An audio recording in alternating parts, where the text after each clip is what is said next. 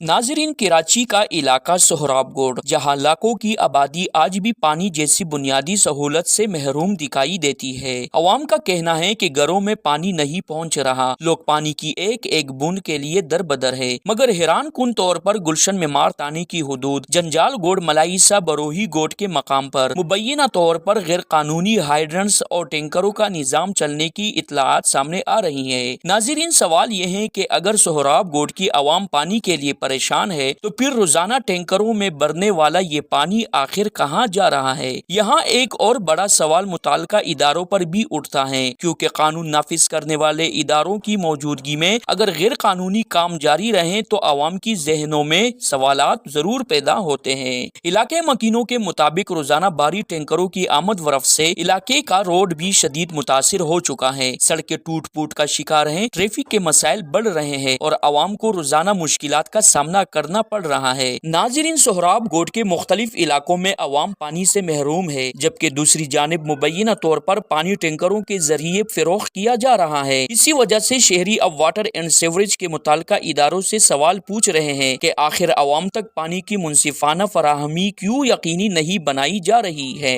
अवाम सिंध हुकूमत, water and sewerage board और मुताल्लिका हुकाम से मुतालबा कर रही है कि जंजाल गोड मलाइसा बरोही गोड के मकाम पर मुबैना गैर कानूनी हाइड्रेंट्स के मामले का नोटिस लिया जाए, शफाफ तहकीकात की जाए और सोहराब गोड के अवाम को पानी जैसी बुनियादी सहूलियात फराहम की जाए, क्योंकि पानी सिर्फ जरूरत नहीं, हर शहरी का बुनियादी हक है।